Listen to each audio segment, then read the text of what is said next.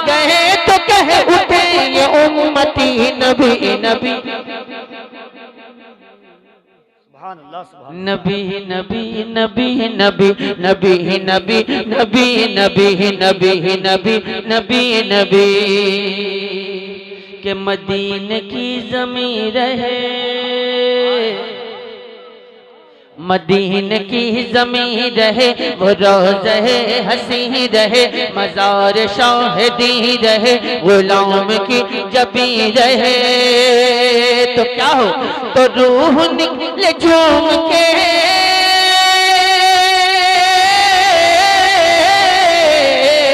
तो रूह निकले झूम के, डरे नबी को झूम के, तो रूह निकले झूम के, डरे नबी को झूम के, यही पुकारती हुई नबी नबी नबी नबी नबी नबी नबी नबी वादी रजा की को है, हिमाला रजा का है, जिस समत देखिए वो इलाका रजा का है। अगलों ने भी लिखा है बहुत इल्म दीन पर, जो कुछ है इस सदी में वो तन्हा, वो तन्हा, वो तन्हा, वो तन्हा। पूरा मजमा अगर एक साथ बोल दे तो आगे बढ़ता हूँ। वो तन्हा रजा का है, आला हजरत का तराना। पूरा मजमा बोलता रहे तो आगे बढ़ता रहूंगा। आला हजरत का तराना तराना तराना तराना तराना तराना तराना तराना तराना तराना आला हजरत का तराना जब सुनाएगा दीवाना, आला हजरत का तराना जब सुनाएगा दीवाना, सुन के सुन्नी मचलता रहेगा। आला हजरत आला हजरत आला हजरत का डंका बजेगा। क्या खेत खलियान छीना रजा या रजा खान ने, आला हजरत को पहचान उनको अपना जानो मान, आला हजरत को पहचान उनको अपना जानो मान, आला हजरत को पहचान उनको अपना जानो मान, आला हजरत को पहचान, आला हजरत को पहचान, आला हजरत को पहचान, आला हजरत को पहचान उनको अपना जानो मान, आला हजरत को पहचान उनको अपना जानो मान, तभी सदका रज़ा का मिलेगा। तकबीर, दोनों हाथों को उठाएं। इश्क की मोहब्बत, इश्क की मोहब्बत, आवाजें बुलंद हो। इश्क की मोहब्बत, इश्क की मोहब्बत, बस्ती बस्ती करिया करिया, इल्म का सूरज फैज का दरिया, अज़मते मुस्तफा कॉन्फ्रेंस। आला हजरत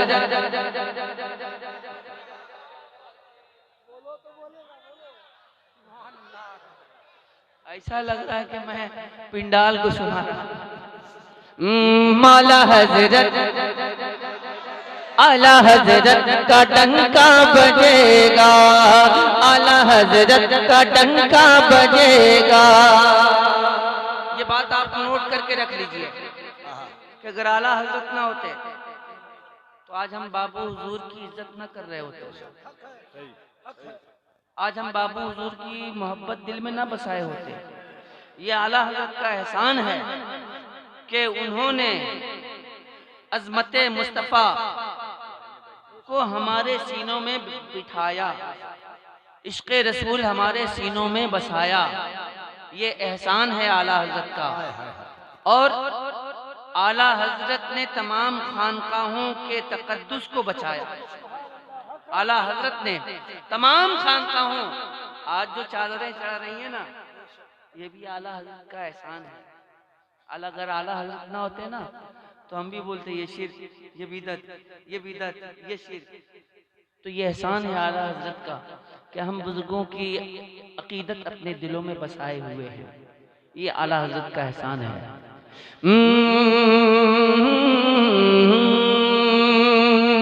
इल्म हिकमत का उसको खजाना मिला, इल्म हिकमत का उसको खजाना मिला, इल्म हिकमत का उसको खजाना मिला। जिसको अहमद को सुना दो, जमाने को सुना दो, सारी दुनिया को बता दो, जमाने को सुना दो, सारी दुनिया को बता दो, क्या अपना मरकज बरेली रहेगा।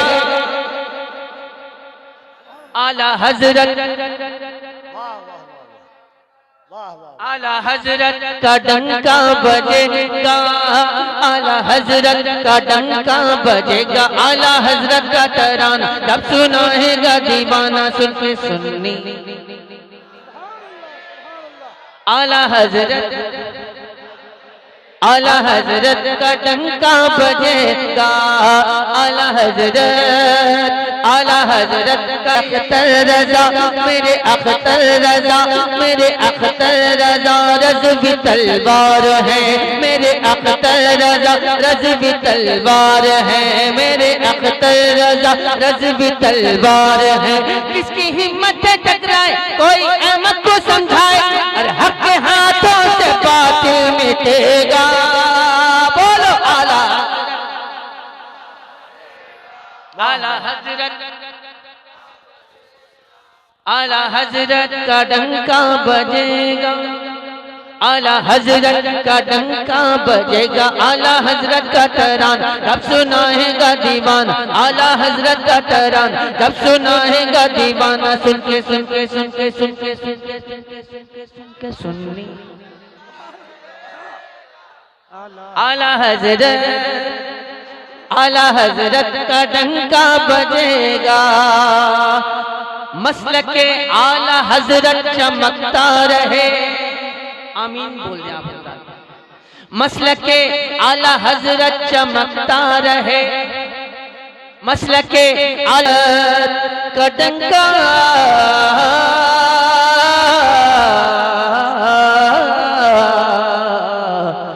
बजेगा,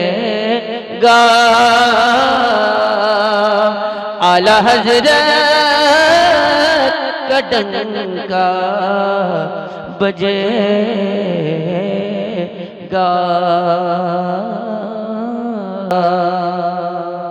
हज़रत मोहतरम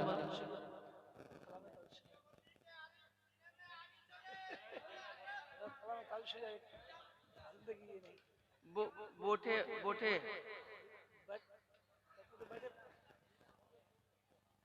हाँ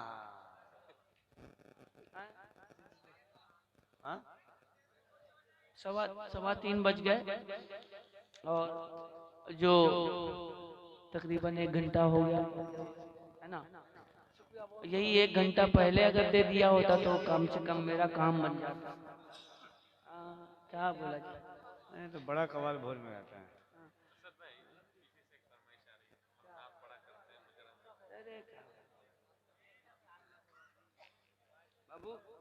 बस एक मतला और 2 शेर समाज फरमा ले। नात लिखूं काश में तूबा के कलम से।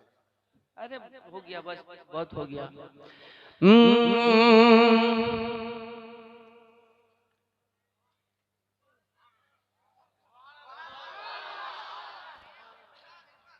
आप लोग फरमाइश भी करते हैं, सुभान अल्लाह भी नहीं बोलते हैं। सुभान अल्लाह आप सपोर्ट करोगे तो पढ़ेंगे ना। हम अपनी अकीदत को यूं रुसवा नहीं करते, हम अपनी अकीदत को यूं रुसवा नहीं करते, हम अपनी अकीदत को यूं रुसवा नहीं करते,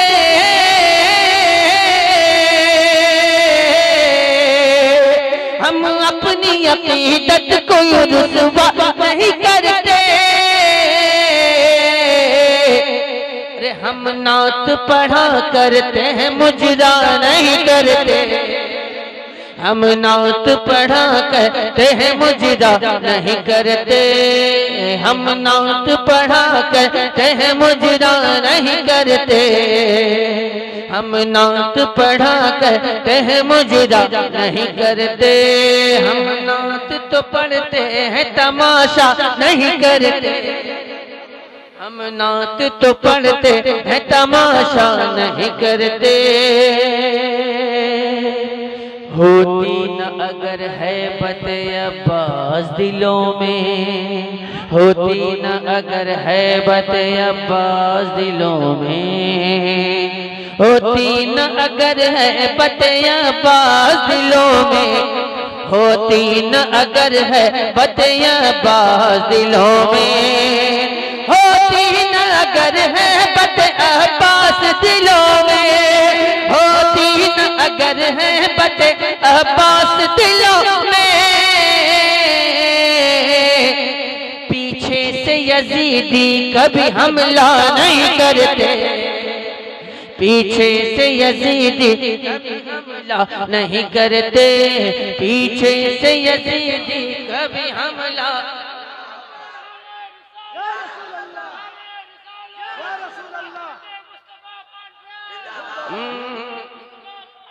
जिंदाबाद।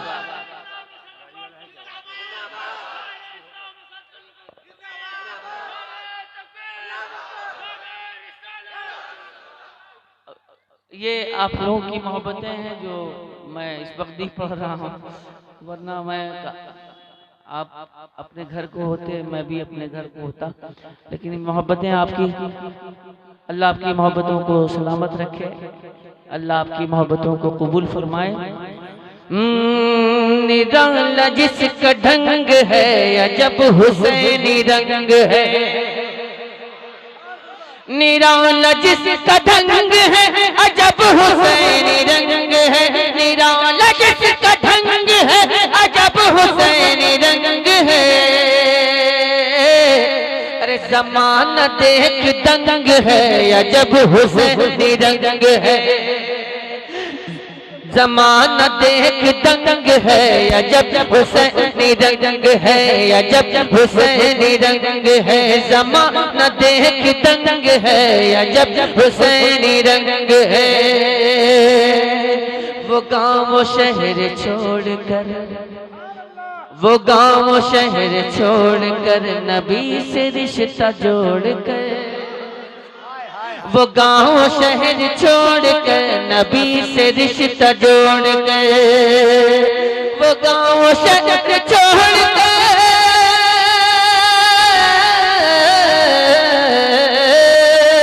वो गाँव शहर छोड़कर नबी से रिश्ता जोड़कर, वो गाँव शहर छोड़कर नबी से रिश्ता जोड़कर,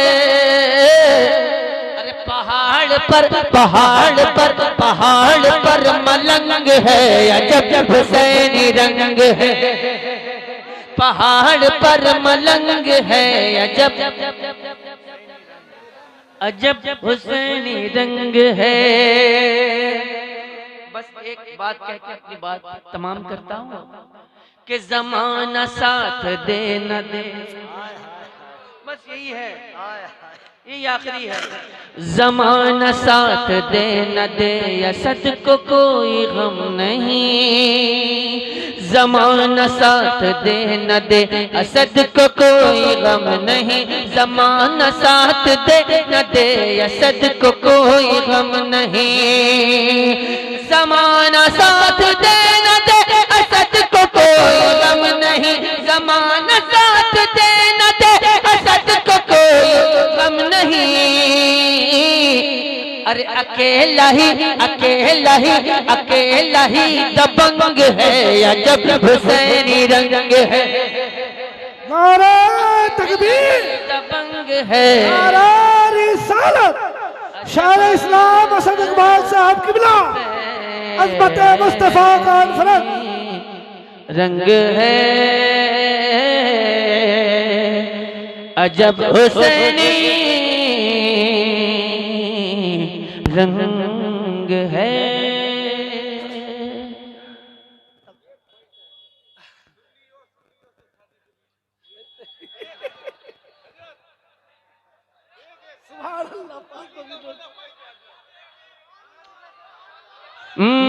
वल्ला वल्ला वल्ला वल्ला वल्ला सरपना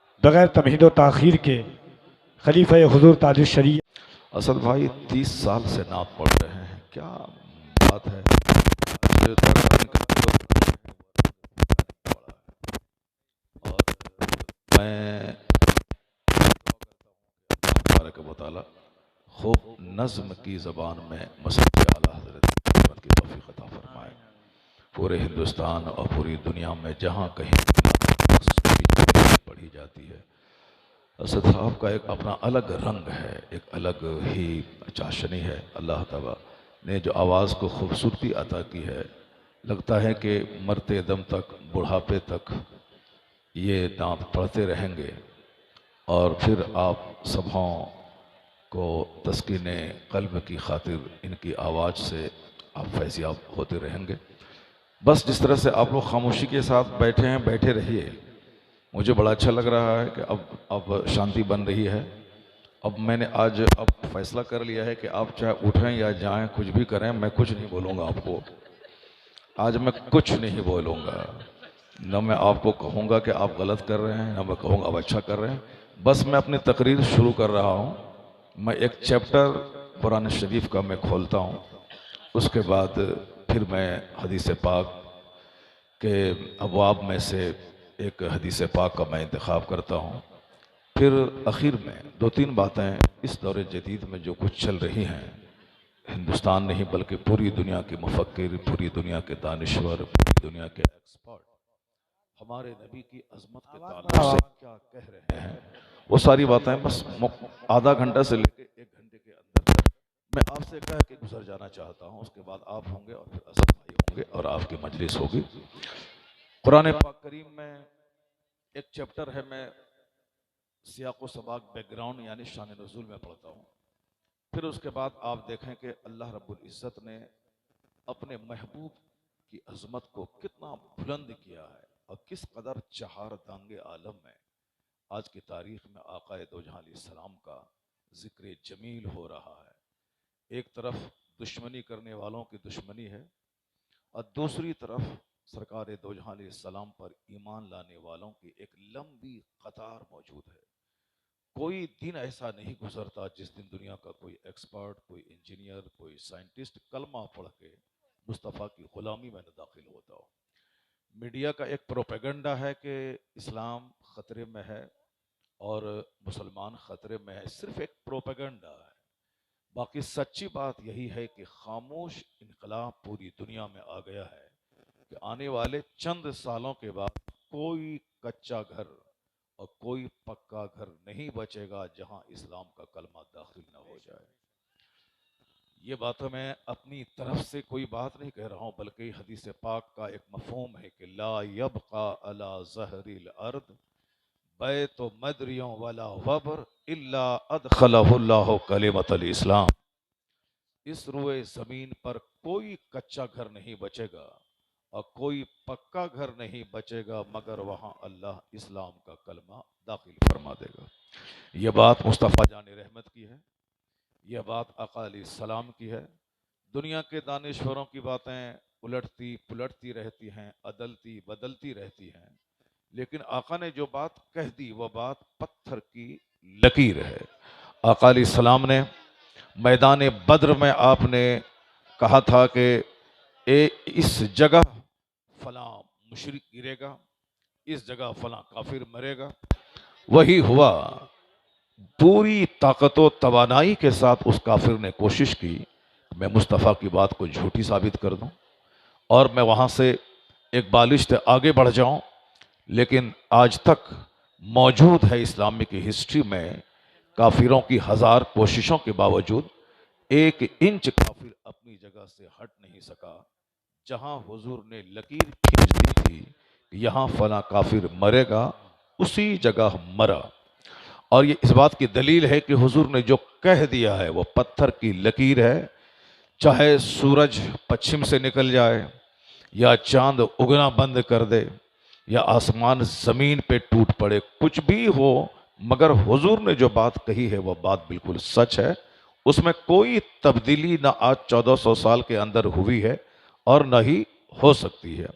तो आका ने जो कुछ कहा वो आपने सुना, आने वाला वक्त मजहब इस्लाम का है, आने वाला वक्त मजहब इस्लाम के फॉलोवर्स का है। पूरी दुनिया में कोई ऐसा खित्ता नहीं बचेगा जहां मजहब इस्लाम का कलमा दाखिल न हो जाए। वक्ती आंधी है, ये वक्ती तूफान है, ये आरजी मुसीबत है। दुनिया में, दुनिया का नाम ही है चेंजिंग, अदलना बदलना, इसी को दुनिया कहते हैं। दुनिया का मतलब है जो चीज़ एक हालत पे कायम न रहे। अल आलमो मुतगय्यरुन, दुनिया आलम बदलने वाला है। वह कुल्लु मुतगय्यरिन हादिसुन, और हर बदलने वाली चीज़ हादिस है। फल आलम हादिस, आलम हादिस है, ये दुनिया फानी है। दुनिया की परिभाषा यह है कि कोई चीज़ एक हालत पे ना रहे। बच्चा पैदा होता है, बचपन से बच्चा गुजरता है, फिर जवानी में दाखिल होता है, बुढ़ापे में, फिर उसके बाद दुनिया छोड़ के चला जाता है। यही 3 स्टेज हैं, बचपन, जवानी, बुढ़ापा। कोई चौथा स्टेज नहीं आने वाला। जो बचपने से गुजर रहे हैं वह समझ लें कि मुमकिन है कि शायद जवानी नहीं आ पाए, क्योंकि करोड़ों बच्चे हैं जो जवानी ही में दुनिया से चले जाते हैं। बहुत सारे लोग हैं जो जवान हो चुके हैं, सेकंड स्टेज में आ चुके हैं। वो ये नहीं समझें कि उसके लिए बुढ़ापा है, तीसरा स्टेज बुढ़ापा है। लेकिन करोड़ों नौजवान ऐसे हैं जिन्होंने बुढ़ापे का मुंह नहीं देखा, बल्कि जवानी ही में दुनिया से चले गए। एक बहुत बड़े अरबपति जवानी में बेशुमार दौलतें उन्होंने जमा की, लेकिन उसी ऐन जवानी में भी 10 साल हुए हैं दौलत के कमाए हुए, खतरनाक मर्ज कैंसर में गिरफ्तार हुए, बिस्तरे मर्ग पे पड़ गए। आने वाले लोग उनके पास आते थे और कहते, दिलासा देते थे, मगर वो कहते थे कि मैं अपनी हालत पे नहीं रो रहा हूं, मैं तुम सबों को अपनी जिंदगी से इबरत दिलाना चाहता हूं कि मैंने अपनी ख्वाहिश के मुताबिक बेपनाह मेहनत की, मैंने करोड़ों की दौलत मैंने जमा की, लेकिन उन दौलतों से लुत्फ अंदोज होने से पहले पहले अब मैं कैंसर से पीड़ित होकर मैं दुनिया से जा रहा हूं।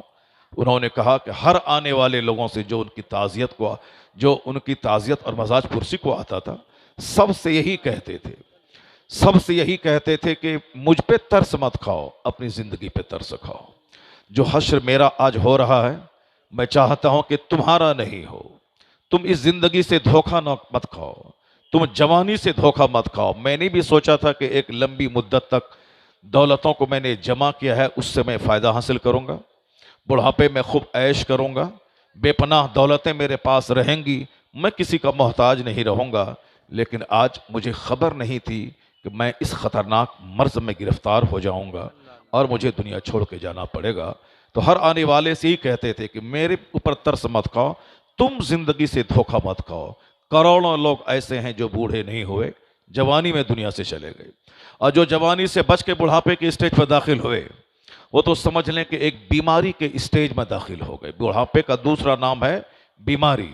यानी आजकल अक्सर बूढ़े लोग वो सिर्फ दवाई की तलाश में रहते हैं कि साहब दवाई कहाँ मिले, किस डॉक्टर के पास मेरे इस मर्ज का इलाज है।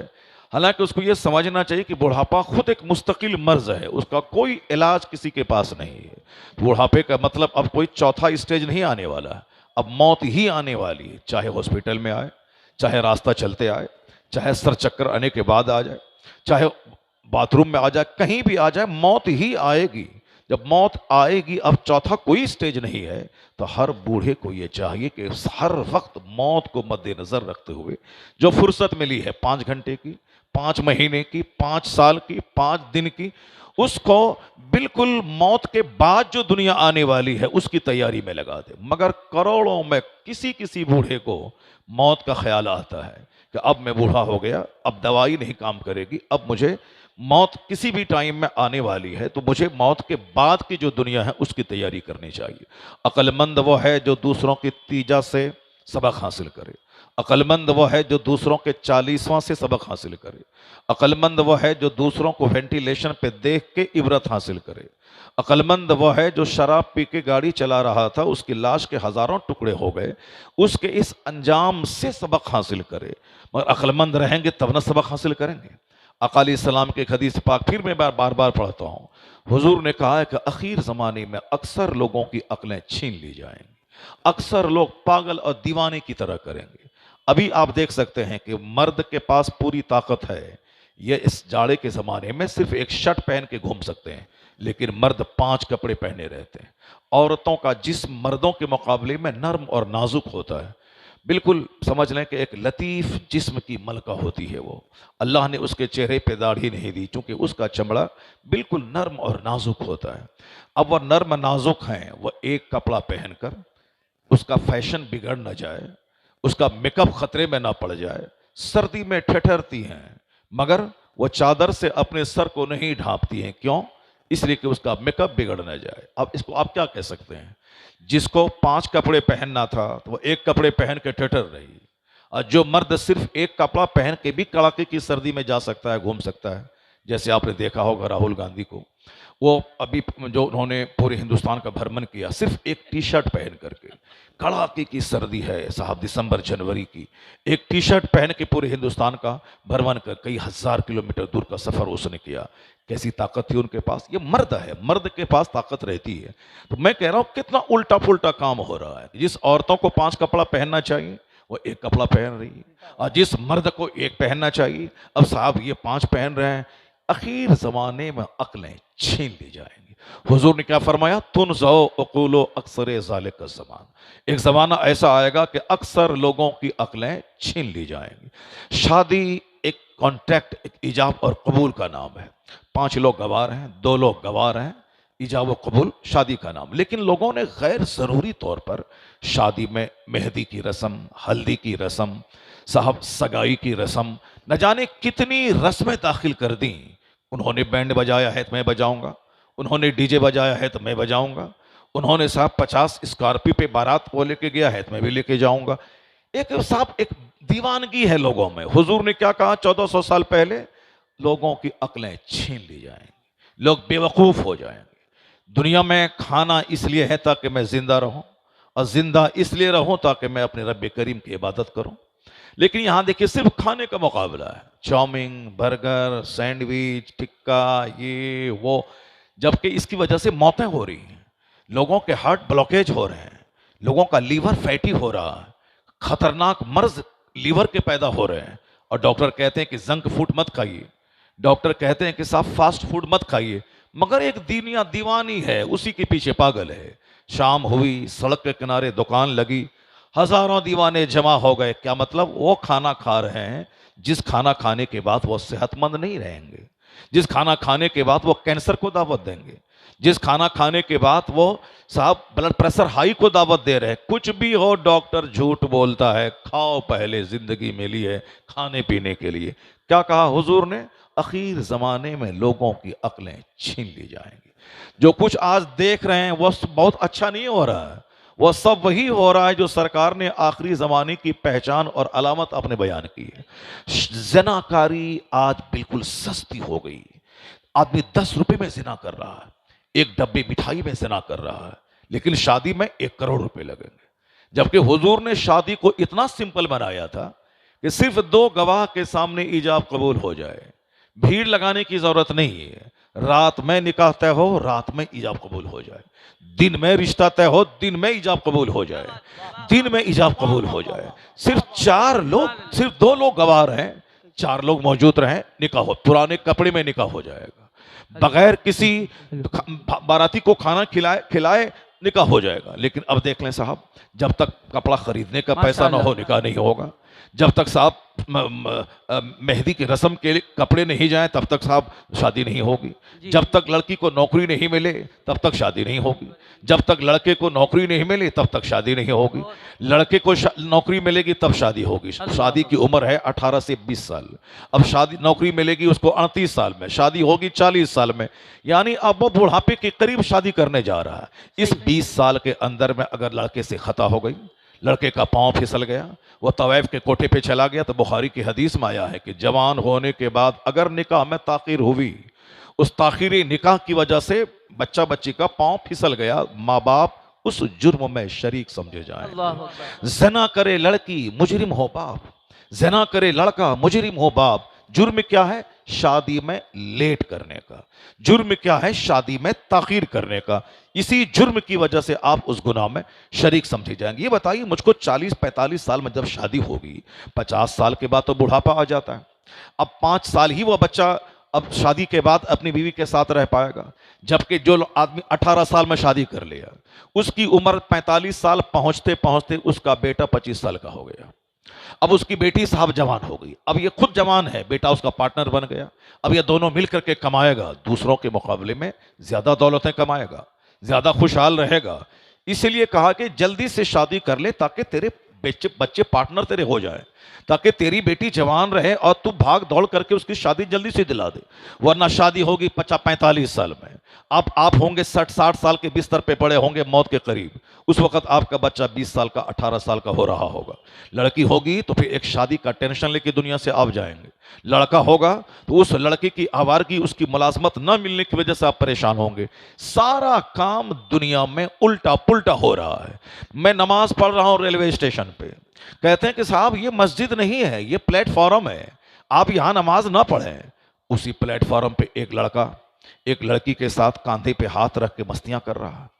कोई पुलिस वाला बोलने को तैयार नहीं है, कोई नहीं बोलता अरे साहब ये प्लेटफॉर्म है, ये तवाइफ का अड्डा नहीं है, ये प्लेटफॉर्म है, ये आपका अपना घर नहीं है। ये अगरचे आपकी बीवी है, मगर बीवी है तो आपके लिए आपका घर है, ये प्लेटफॉर्म है, यहाँ हजारों लोग सफर कर रहे हैं। मैं नमाज पढ़ूं तो कहते हैं कि साहब ये प्लेटफॉर्म है, मस्जिद नहीं है। अब वो जिना करे तो कोई बोलने वाला नहीं कि साहब ये प्लेटफॉर्म है, ये तवाइफ का अड्डा नहीं है। क्या कहा हुजूर ने? अक्लें छीन ली जाएंगी, अक्लें छीन ली जाएंगी। दुनिया हिंदुस्तान में जब नमाजी बढ़ेंगे तो क्राइम घटेगा, नमाजी बढ़ेंगे तो गुरूर घटेगा, नमाजी बढ़ेंगे तो हरामखोरी घटेगी, नमाजी बढ़ेंगे तो शराब नोशी घटेगी, नमाजी बढ़ेंगे तो जिनाकारी घटेगी। आज हर कदम कदम पे जिनाकारी है, कदम कदम पे शराब नोशी है, कदम कदम पे साहब बड़े बड़े घोटाले हैं। जो मंत्री कुर्सी पे बैठे हैं वो घोटाला कर रहे हैं साहब, जो बड़े बड़े ओहदों पे फाइज हैं, डीएम उस घोटाले में मुलविस है, एसपी वो घोटाले में मुलविस है। हमारे पूर्णिया का एक डीएम, बहुत बुरी सजा उसको गवर्नमेंट ने दी साहब, तनख्वाह उसकी 2 लाख पे महीना है, करोड़ों रुपए गैर कानूनी ढंग से वो कमा रहे हैं। सिर्फ एक नहीं बल्कि हजारों ऑफिसर। तो मैं कहता हूं हुकूमत हिंद से साहब, आपके ऑफिसर गर्दन तक रिश्वत में धंसे हैं, उसके खिलाफ कोई आपके पास कोई कानून नहीं है, आपके नेता उसके खिलाफ नहीं बोल रहे हैं साहब। कोर्ट में जितना हो रहा है आप उसके खिलाफ कुछ नहीं बोल रहे हैं। आरपीएफ के जवान, रेलवे प्रोटेक्शन फोर्स, ये साहब एक सफर करती हुई लड़की के एसी कमरे में घुस करके उसके साथ दस्तराजी कर रहा है साहब, उसके इज्जत के साथ खेल रहा है, आप कुछ नहीं बोल रहे हैं। अब हम जानते हैं नहीं बोल पाएंगे, क्योंकि कलकत्ता मेडिकल कॉलेज में जो सेनाकारी हुई सारा हिंदुस्तान जान रहा है, सारी दुनिया थर्रा रही है। ऐसा नहीं कि जहां निकाब होगा उसी को झांक झांक के देखने की ख्वाहिश दिल में पैदा होती है। अभी एक डॉक्टर बोल रहा था कि साहब आपकी औरतें निकाब क्यों पहन रही हैं? क्योंकि जो चीज़ हिडन पोशीदा रहती है लोग उसको बार बार देखता है, और जब वह ओपन रहेंगी तो लोग नहीं देखेगा। मैं कहता हूँ साहब यही आपका फॉर्मूला है। मैंने अपनी छोटी सी जिंदगी में हजारों तजर्बा मैंने किया है कि जहां लड़कियां ओपन घूम रही हैं, जो दुकानदार रोजाना हजारों लड़कियों को देखता, मैंने उसकी आंखों को देखा है। रोजाना हजारों लड़कियों को देखने के बावजूद भी हर आने वाली लड़की पे वह गहरी नजर डालता है, निगाहें गाड़ के देखता। ऐसा नहीं कि 2-4-10 दिन देखा जी भर के आप नहीं देखेगा, ऐसा थोड़ी होता है दुनिया में कि 5 दिन खा लिया था अब फिर खाने को अब जी नहीं कर रहा, अब नहीं खाएंगे। अब आज दिन भर पानी पी लिया तो अब 10 दिन तक पानी नहीं पिएंगे। नहीं नहीं, दुनिया खाने की ख्वाहिश है और जब तक आदमी जिंदा है तब तक खाएगा। पानी पीने की ख्वाहिश है, जब तक दुनिया में जिंदा रहेगा बंदा तब तक पानी पिएगा। जिस तरह पानी पीने की ख्वाहिश ज्यादा पानी पीने से खत्म नहीं होती, खाना खाने की ख्वाहिश हमेशा रहती है, खत्म नहीं होती। उसी तरह मर्दों के दिलों में औरतों की चाहत है, उसी तरह औरतों के दिल में मर्दों की चाहत है। ये चाहत इसीलिए है ताकि दोनों शादी के बंधन में बंध जाएं, उसके बाद फिर आने वाली नस्लें उससे शुरू हों, तवालुद तनासुल का एक सिलसिला जारी हो जाए। अगर हमारे बाप शादी नहीं करते तो मैं कहां से पैदा होता? अगर आपके बाप शादी नहीं करते तो आप कहाँ से पैदा होते? अगर आपकी माँ आपके बाप के निकाह में नहीं आती तो आप कहाँ से पैदा होते? अगर हज़रत सैयद मूसा जंगी दोस्त रज़ी अल्लाह ताला अन्हो अब साहब वो शादी नहीं करते तो हम सबों के पीरो मुर्शिद गौसुल आज़म कहाँ से पैदा होते? हुज़ूर सैयद ग़ियासुद्दीन रज़ी अल्लाह ताला अन्हो अगर शादी नहीं करते तो 90 लाख काफिरों को कलमा पढ़ाने वाले गरीब नवाज कहाँ से पैदा होते? तो औरतें मर्द के लिए बनी है ताकि शादी करके एक दूसरे के रिश्ते में बंध जाए। तो जब उसकी चाहत यहाँ है तब ना फिर यह शादी है, वरना चाहत अगर नहीं रहेगी तो कोई मर्द औरतों को कबूल नहीं करेगा, कोई औरतें मर्द के पास नहीं जाएंगी। चाहत है और यह चाहत मरते दम तक रहेगी। ऐसा नहीं कि 10 बार देखने के बाद साहब जी भर जाए अब नहीं देखा जाए। तुम तो 1000 बार देख चुके हो फिर भी तेरी निगाहें क्यों बहकी हुई हैं? इसलिए यह कहना कि जो चीजें छुपी रहती हैं उसको देखने की ज्यादा ख्वाहिश होती है, गलत बात। मेडिकल कॉलेज में रोजाना लड़कियां टी शर्ट पैंट पहन के पढ़ने आ रही हैं, लेकिन उसके बावजूद क्यों रेप हुआ, उसके बावजूद क्यों दर्दनाक कत्ल हुआ, उसके बावजूद क्यों वहां साहब तहखाने में रेप का रैकेट चलाया गया? इसका मतलब है कि नेचुरल सिस्टम से बगावत आप नहीं कर सकते हैं। यह हर मर्द के दिल में ख्वाहिश है औरतों की। तो अब एक खूबसूरत औरत घर से बाहर निकली, अब 10 दरिंदे चाहते हैं कि मैं इनके साथ शादी करूं। अब एक अकेली औरत है और 10 दरिंदे चाहते कि मैं इनसे शादी कर लूं। ये बताएं कि उस औरत की जिंदगी खतरे में पड़ेगी या नहीं। इसीलिए पर्दे का हुक्म इस्लाम ने दिया है ताकि इसका हुस्न भी छुपा रहे और इसकी बदसूरती भी छुपी रहे, ताकि दरिंदों की बदनिगाही से औरत सेफ रहे। तो पर्दा औरतों पे जुल्म नहीं है, ये उनकी सेफ्टी के लिए है या उसकी सिक्योरिटी के लिए है या उसकी हिफाजत के लिए है। मगर बताएं साहब, एक लड़की चड्डी पहनी हुई एयरपोर्ट पे खड़ी है, आए दिन हम लोग देख रहे हैं, लेकिन कोई बोलने वाला नहीं है कि आपके ऐसा कदम उठाने से लोगों का दिमाग खराब होगा, साहब समाज में गलत मैसेज जाएगा, समाज के लोग इसको गलत समझेंगे। कोई नहीं बोलने वाला है। लेकिन एक औरत हिजाब पहन के आई है तो अब वो लोगों की आंखों में वो औरत खटक रही है। खटकेगी जरूर, क्यों? इसलिए कि आखिर जमाने में अक्सर लोगों की अक्लें छीन ली जाएंगी। इसलिए ये इसे आप तरक्की और डेवलपमेंट नहीं कहें कि डेवलपमेंट है साहब, चड्डी पे औरतें आ गई डेवलपमेंट है साहब, लोग शराब की बोतल लिए चल रहे हैं ये डेवलपमेंट है। अभी 4 दिन के बाद आप देखेंगे हिंदुस्तान के गोवा में समंदर के किनारे वो शराब की बोतलें होंगी साहब, नीम बरहाना मर्द औरतें सब सोए हुए होंगे। क्या 31st नाइट बना रहे हैं? आने वाला साल इस साल का आखिरी दिन है, अब आने वाला साल 1 जनवरी आ रहा, अब वो 31st नाइट मना रहे हैं। क्या कैसे मना रहे हैं? शराब पी के मना रहे हैं, जुआ खेल के मना रहे हैं, अब साहब अय्याशी करके मना रहे हैं। उसे क्या खबर के हो सकता है कि 25 का पहला दिन उसके लिए मौत का पैगाम लेके आ रहा हो। बहुत सारी कश्तियां डूब गई जिस कश्तियों पे अय्याशियां हो रही थी, बहुत सारे प्लेन क्रैश हो गए जिस पे शराब पी जा रही थी और बदकारी हो रही थी।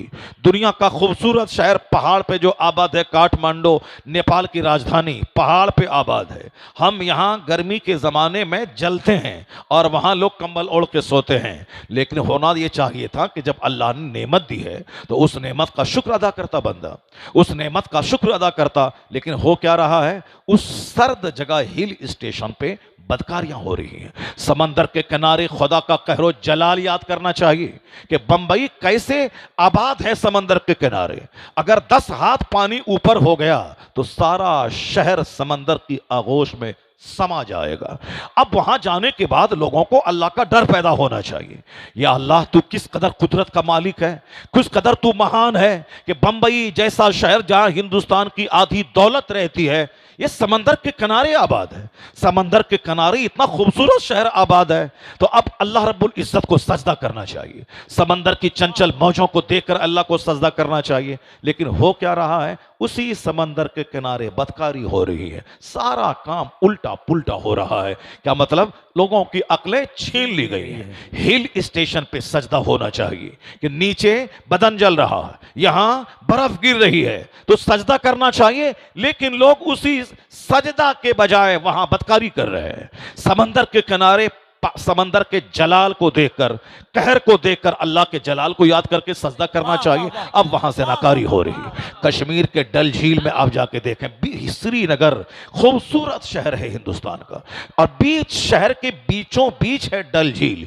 इतनी बड़ी झील पूरी हिंदुस्तान में कहीं नहीं है। अगरचे उदयपुर झीलों का शहर है, सिटी ऑफ लेक्स है उदयपुर, लेकिन वहां की झीलें भी डल झील के मुकाबले में कुछ नहीं।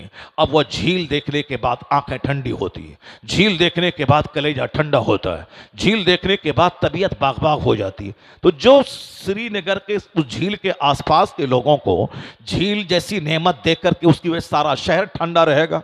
मई जून में भी झील की वजह से घरों में इसकी तरावट, इसकी साफ ठंडक महसूस होगी। लेकिन आप देख सकते हैं उसी झील में कश्तियां हैं, उन कश्तियों में क्या तमाशे हो रहे हैं सारा हिंदुस्तान जान रहा है। जो जगह सजदा करने की थी लोगों ने बदकारी का अड्डा बना दिया। कश्मीर में एक है निशाद बाग, एक है शालीमार बाग, शालीमार बाग, निशाद बाग। ये बहुत खूबसूरत गार्डन है। मैं जब वहां गया तो देखकर आश्चर्यचकित रह गया साहब, इतना खूबसूरत बाग। कश्मीर में गुलमर्ग है जहां लोगों ने अपने हाथ से पौधे नहीं लगाए हैं, बल्कि कुदरती तौर पर ऐसे खूबसूरत पौधे लगे हुए हैं कि देखने के बाद तबीयत मस्त हो जाती है। इसीलिए कुछ लोगों ने कहते हुए उसको दुनिया की जन्नत कहा कश्मीर को। अब वो खूबसूरत शहर, वहां जाने के बाद फूलों की कतारें, सरों की लंबी कतारें और बिल्कुल तमाम हर तरह की फूलों की सजावट को देखने के बाद लोगों को मुसल्ला बिछा के सजदा करना चाहिए, कहना चाहिए इलाही जब दुनिया का ये शहर इतना खूबसूरत है और दुनिया का ये बाग इतना खूबसूरत है, इलाही जन्नत का बाग कितना खूबसूरत होगा, जन्नत का बाग कितना खूबसूरत होगा। तो गुलमर्ग देखकर जन्नत याद आनी चाहिए और जन्नत के याद आने के बाद मुसल्ला बिछा के जन्नत वाला काम करना चाहिए। लेकिन सारा काम उल्टा पुल्टा हो रहा है। उसी गुलमर्ग में बदकारियां हो रही हैं, उसी निशाद बाग में बदकारियां हो रही हैं, उसी शालीमार बाग में बदकारियां हो रही हैं। कलकत्ता में विक्टोरिया पार्क जाके थे, कितना खूबसूरत महल बिल्कुल पूरे बाग के बीचों बीच बनाया गया है, अंग्रेजों ने बनाया, बड़ा खूबसूरत महल है। लेकिन मैं सिर्फ जिंदगी में एक बार गया हूं, उसके बाद कई बार सैकड़ों बार आसपास से गुजरा हूं, अंदर जाने की हिम्मत नहीं होती। जो एक बार जाके मैंने वहां के मंजर को जब देखा, फिर वह दूसरी बार जाने की हिम्मत नहीं हुई। इस तरह जैसे कुत्ता कुतिया के साथ मिले हुए होते हैं, इसी तरह के घिनौने और गंदे मनाजिर को मैंने देखा।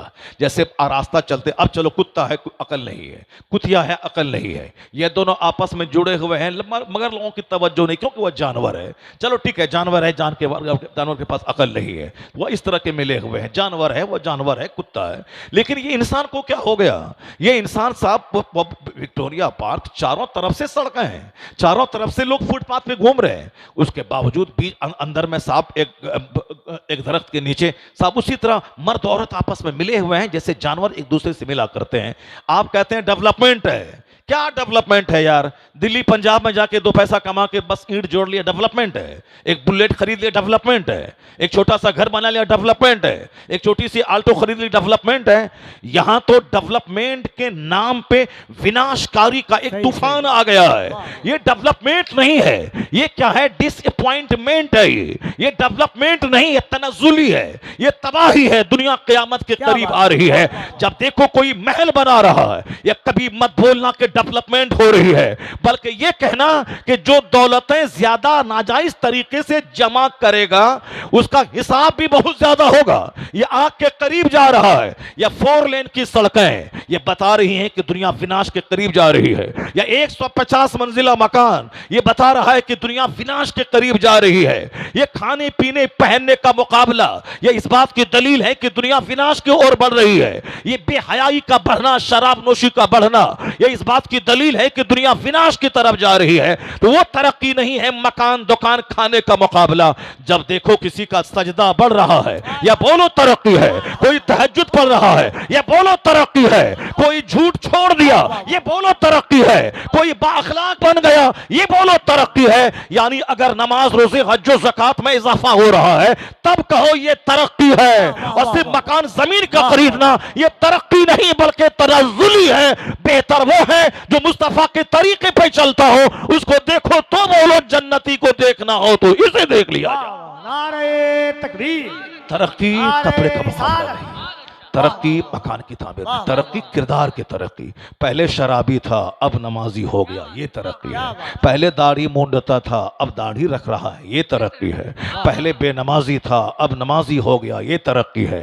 पहले बखील था कंजूस था अब सखी बन गया, ये तरक्की है। पहले मगरूर था घमंडी था अब आजिज़ो खाकसार हो गया, ये तरक्की है। तो तरक्की का मेयार ये है, वो नहीं जो आपने फानी और आर्जी चीजों को समझ लिया है। अब जरा गौर से एक हदीस सुनिए, फिर उसके बाद मैं टॉपिक की तरफ में लौट के आता हूं।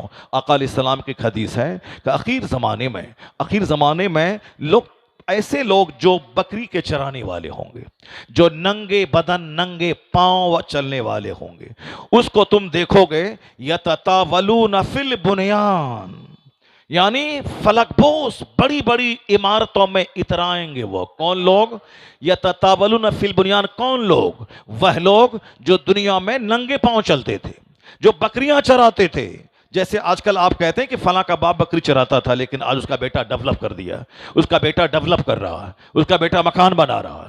साहब फला दूसरों के घर में गाय चराता था, लेकिन आज वो डेवलप कर गया, मकान बना लिया, अपनी गाड़ी खरीद लिया, इनोवा क्रिस्टा है, फॉर्च्यूनर है, बहुत मुकाबला है, बड़ी ज़बरदस्त गाड़ी खरीद ली। आप क्या कहते हैं? तरक्की है। मगर आपके पैगंबर क्या कहते हैं? आपके पैगंबर कहते हैं, आपने वो हदीस सुनी होगी जो साहब उम्मुल हदीस है, आपने वो हदीस सुनी होगी जो हदीस जिब्रील कहते हैं। जनाब जिब्रील अमीन इंसानी शक्ल में हुजूर के पास आए थे और सरकार से सवाल कर रहे थे कि हुजूर मल ईमान मल इस्लाम, ईमान क्या है, इस्लाम क्या है, और फिर एक सवाल था कि क़यामत की निशानी क्या है। तो हुजूर ने कहा था अन तलदल अमतो रब्बतहा, मुस्तफ़ा ने कहा था जब देखना कि औरतें अपने मालिक को जन्म देंगी। क्या मतलब? बांदियां अपने मलका को जन्म देंगी। एक माना यह है कि नाफरमान औलाद कसरत से पैदा होगी। मर्द को औलाद को अपनी माँ का पांव चूमना चाहिए, औलाद को अपनी माँ की पेशानी को बोसा देना चाहिए, औलाद को अपने बाप की पेशानी को चूमना चाहिए, जो कि माँ बाप के पांव को चूमने से जन्नत की चौखट के चूमने का मजा मिलता है। माँ बाप को देखने से हज मबरूर का अजर मिलता है। एक दिन में 100 बार माँ बाप का चेहरा देखें, हज मकबूल का अजर मिलेगा। लोग 10 लाख रुपए खर्च करके गए, वहां सेल्फी लेके आ गए, फोटोग्राफी करके आ गए, समझ रहे उसका हज चौपट हो गया। वो वहां एक नेकी 1 लाख के बराबर है, तो एक गुनाह भी 1 लाख के बराबर है। वह लोग अपनी खैर मनाए, जो उम्रा के लिए गए हैं अब वहां से पोस्ट भेज रहे हैं, वहां से सेल्फी भेज रहे हैं, वहां से फेसबुक पे अपनी तस्वीरें शेयर कर रहे हैं। पता नहीं क्या दिमाग चौपट हो गया, उल्टा पुल्टा सारा काम हो रहा है। अब जबकि वो यही आके बोलते हैं, क्या बोलते हैं कि साहब अदब का हेस्त ज़ेरे आसमां अज़ अर्श नाजुक तर, नफस गुम करदा मी आयत जुने दो बायजीद ईजा। यानी हुजूर का दरबार वो मुक़द्दस दरबार है जहां 1,40,000 फरिश्ते रोजाना आते हैं सलाम पेश करने के लिए, और जो चले गए दोबारा नहीं आएंगे। अब फिर अदब के साथ हाजिरी देते हैं कौन? सैयदु ताइफा, जो औलिया सालिहीन के गिरोह के सरदार है जुनैद बगदादी। वह सांस रोक कर हाजिरी देते हैं ताकि सांस चलने की आवाज भी हुजूर के कान तक ना पहुंचे। ये अदब की जगह है जहां जुनैद जैसे बुजुर्ग, बायजीद बुस्तामी जैसे बुजुर्ग सांस रोक के हाजिरी देते हैं, और ये वहां से सेल्फी शेयर कर रहे हैं। इसलिए आज तो सरकार ताजुल शरिया की बड़ी याद आती है कि हुजूर कुछ दिन और आप बाहयात रह गए होते ताकि खुराफात खत्म हो गया होता, लेकिन आप चाहे पर्दा फरमा गए हैं, लेकिन आपके गुलाम हाजिर हैं। लोग माने या नहीं माने, मगर जो हराम है उसको बोला जाएगा। लोग माने या ना माने, जो गलत है उसको गलत कहा जाएगा। इसलिए आज भी बहुत सारे लोग मुंह देखी बातें करते हैं, दूसरों की मुंह देखी मुंह भराई का काम करते हैं, मगर जो मसलके आला हजरत का वफादार सिपाही है वह मुंह देख के बात नहीं करता है, वह शरीयत के चैप्टर को देख के बात करता है, वह कानून इस्लाम देख के बात करता है। मैं कहा था एक बार लखनऊ में, आज अगर कुछ मजलिसें बची हुई हैं, मैंने तो ऐसे पीर साहबान को देखा जिसके इर्द गिर्द इस कदर वीडियोस, इस कदर कैमरास लगे हुए हैं जैसे कोई बम्बई का एक्टर आ गया हो और चारों तरफ से फोटोग्राफर उसकी फोटोग्राफी ले रहा हो। निकाह की महफिल में 5 लोग लोग मौजूद हैं, फोटोग्राफर 50 की तादाद में मौजूद है, 50 की तादाद में मौजूद है। मस्जिदों को भी लोगों ने नहीं छोड़ा, मस्जिदों को भी इन आले लहवो लईब से लोगों ने भर दिया, जलसो जुलूस को आले लहवो लईब से भर दिया। मैं कहना चाहता हूं, अभी अगर कहीं कुछ बोलने वाला है, आलिम के जिम्मे है पैगाम सुना देना। किसी की गर्दन में चादर डाल के मस्जिद घुसाना या न किसी नबी पे फर्ज था, न किसी नबी के गुलाम आलिम पे फर्ज है। अंबिया कराम भी सिर्फ अल्लाह का पैगाम सुना देते थे, बाकी उसी करोड़ों में से 2-4 लोग खींच के ईमान लाते थे, कलमा पढ़ते थे। और यही काम अंबिया के वारिसीन नाइबीन पर है कि आप अच्छे अंदाज में कुरान पढ़ के सुना दें, मुस्तफा की हदीस पढ़ के सुना दें, लोगों को इस्लाम का कानून बता दें। बस इतना ही आपका काम है। वमा अलैना इल्लल बलाग, यानी हमारे ऊपर में सिर्फ पहुंचा देना, यही है। किसी की गर्दन पकड़ के, किसी का कैमरा तोड़ करके उसको कहना खबरदार ये हराम है, भागो यहां से, ये हम पर जरूरी नहीं है। हम पर सिर्फ इतना है कि बता देना है कि ये गलत है, बता देना है ये हराम है, बाकी इसके जिम्मेदार वो हैं। मैं कहूंगा नमाज पढ़ो, नमाज एक वक्त की छोड़ना हराम है। अब सामने वाला बंदा बोलेंगे अपनी पढ़ो, हम नहीं पढ़ेंगे, तुम क्या करेगा, तुम क्या करेगा, तो फिर हम कुछ नहीं कर सकते हैं। मैं कहूंगा साहब उम्रा क्यों शौक की उम्रा कर रहा है, हज क्यों नहीं करता है? हज फर्ज है, उम्रा फर्ज नहीं है। अब हज फर्ज अदा हो गया, ये 50 बार उम्रा क्यों कर रहा है? उम्रा में जो 1 लाख रुपए खर्च होते हैं, उस 1 लाख रुपए से किसी गरीब को दे दे, गरीब की बेटी की शादी करा दे, किसी बीमार का इलाज करवा दे। 50 उम्रा में वो सवाब नहीं मिलेगा जो एक बंदे मोमिन की बीमारी के इलाज कराने में मिल जाएगा। क्योंकि मर्दे मोमिन की जरूरतें पूरी करना, उसकी हाजत रवाई करना, मुश्किल कुशाई करना, ये बहुत बड़ा काम है। 10 साल के एतकाफ से बेहतर है एक मुसलमान के काम आ जाना। इस्लाम ने जितना ज्यादा जोर अखलाक पे दिया है, नमाज, रोजे, हज, ज़कात, ये तो पिलर है जिस पर इस्लाम की इमारत खड़ी रहती है।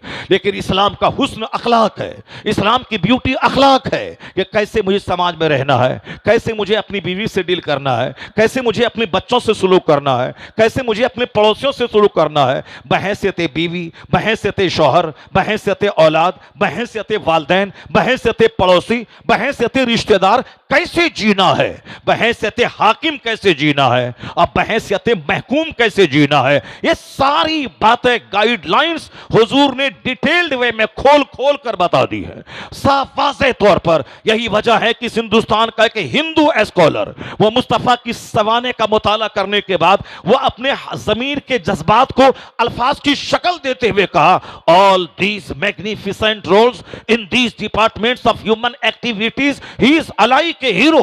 वो कहते हैं कि दुनिया मोहम्मद अरबी को नहीं समझ पाई है। हुजूर ने जीवन के हर क्षेत्र में जो हमारी नेतृत्व की है, हमारी रहनुमाई की है, जो हमें मार्गदर्शन दिखलाया है, उसको देखने के बाद मैं कह सकता हूं इस रुए जमीन का एक लाजवाब इंसान, अब करी शख्सियत अगर कोई है तो मोहम्मद अरबी की जाते गिरामी है।